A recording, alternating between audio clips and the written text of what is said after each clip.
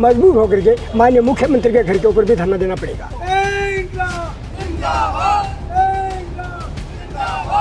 उसके चक्कर में 30-35 साल में हरियाणा कभी इनकार कर दिया, कभी कुछ। बार बार मुख्यमंत्री, उपराष्ट्रपति, प्रधानमंत्री सबको हम ज्ञापन देते यार, बरसात के पानी से फसल खराब हो गई। वो कम से कम 80-90% खराब हो चुकी कंपनियों से मिलकर के, और उसको 33% भी नहीं कर रहे, 30% कर रहे हैं खराबा। प्राइवेट कंपनियां, फाइनेंस कंपनियां, बैंक वाले मनमानी कर रहे हैं, जाके किसी को गरीब आदमी को सताते हैं। पिछली बार आए थे तो पुलिस जाने नहीं दिया पास में लोगों को। सरकार जब चाहे हमारा बलिदान लेने के लिए आ सकती है, और हमारा जो आंदोलन है, जब आज 648 दिन हो गए, जनप्रतिनिधियों के घरों पर जाकर के धरना शुरू कर दिया है। 12वीं के बाद सरकारी नौकरी की तैयारी करें झुंझुनू की आधार क्लासेस में। राज्य स्तर की नौकरियों के साथ बैंक, SSSC, दिल्ली पुलिस और रेलवे की खास तैयारी। 600 से अधिक सफल चयन। आधार क्लासेस, आपके सपनों की उड़ान का आधार। मैं किसान सभा जिला उपाध्यक्ष बजरंग लाल बराला। हमने 648 दिन से लगातार 2024 1 जनवरी से धरना चल रहा है नहर के बाबत। 1994 में समझौता हुआ था 5 राज्यों के बीच में, उसमें हमारे अपने को सिंचाई का और पीने का पानी दिया गया था 1957 क्यूसेक। उसके चक्कर में 30-35 साल में हरियाणा कभी इनकार कर दिया, कभी कुछ लगा के, और ये इनकार करते रहे। लेकिन इसमें ये समझौता रद्द होने की स्थिति आ गई तो हमने धरना दिया। अब हमने बार बार मुख्यमंत्री, उपराष्ट्रपति, प्रधानमंत्री सबको हम ज्ञापन देते आ रहे हैं। सब लोग पानी के लिए बोल रहे हैं, लेकिन अभी तक DPR नहीं बनाई। हमने अभी जो पिछले वर्तमान में जो बरसात के पानी से फसल खराब हो गई, वो कम से कम 80-90% खराब हो चुकी। केवल बाजरा एक ऐसा है अनाज जिसमें थोड़ा बहुत बचा है, बाकी मूंग, मोठ, चवड़ा, कपास सब बर्बाद हो गई। लेकिन किस प्रशासन कंपनियों से मिल कर के, और उसको 33% भी नहीं कर रहे, 30% कर रहे हैं खराबा। क्रॉप कटिंग का भी ऐसे बरगलाना है, किसानों को बरगला रहे हैं, न तो उनको साथ लेके काम कर रहे हैं। तो हमारा इसके विषय में ये कहना है कि हमको 80% का मुआवजा और बीमा राशि मिलनी चाहिए, क्योंकि हमारा प्रीमियम कट रहा है। दूसरी बात, बकाया बीमा का पैसा 2022-23 का बाकी पड़ा है, अभी तक नहीं दिया सरकार ने। बार बार हमको ज्ञापन दे रहे हैं। और प्राइवेट कंपनियां, फाइनेंस कंपनियां, बैंक वाले मनमानी कर रहे हैं, जाके किसी को गरीब आदमी को सताते हैं, रात को जाते हैं, धमकाते हैं, तो उनका ताला लगा देते हैं।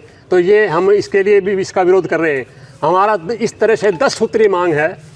उसके लिए हमने आज ये तय किया कि 10 तारीख को हम रैली के द्वारा जनता को बताएंगे और आकर उपखंड अधिकारी के सामने इसका ज्ञापन देंगे।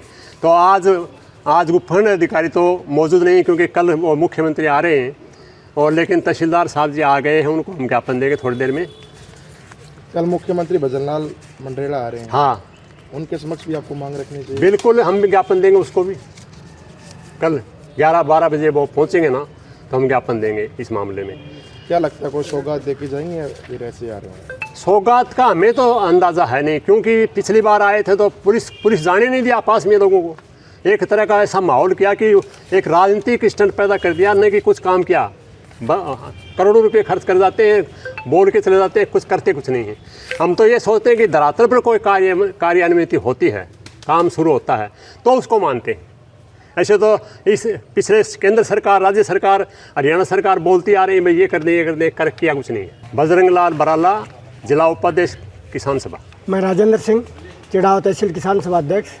हमने जो है यमुना जल समझौता जो 1994 में हुआ था, जो कि दिसंबर 2024 में स्वतः ही ख़त्म हो जाता, उसके जब हमें भनक पड़ी, उसकी जानकारी निकाली कि दिसंबर 2024 में ख़त्म हो जाएगा, तो हमने 2 जनवरी 2024 से लाल चौक के ऊपर धरना प्रदर्शन चालू कर दिया, जो आज तक धरना प्रदर्शन चालू है।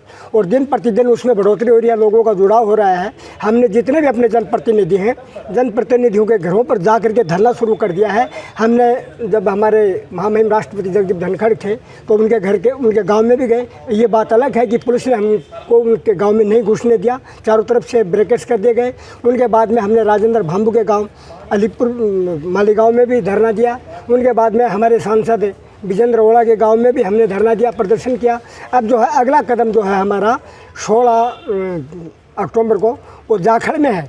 विजेंद्र सिंह जाखल है ना, विक्रम सिंह जाखल के गांव घर पे धरना देंगे। और इस प्रकार से हम सीढ़ी दर विधायक MP सब के देते जाएंगे। और एक दिन ऐसा भी आएगा कि हमें मजबूर होकर के माननीय मुख्यमंत्री के घर के ऊपर भी धरना देना पड़ेगा। किसान जो है अपनी इस मांग के लिए अड़ा हुआ है कि उनको 1994 में जो समझौता हुआ उसके मुताबिक पानी मिले।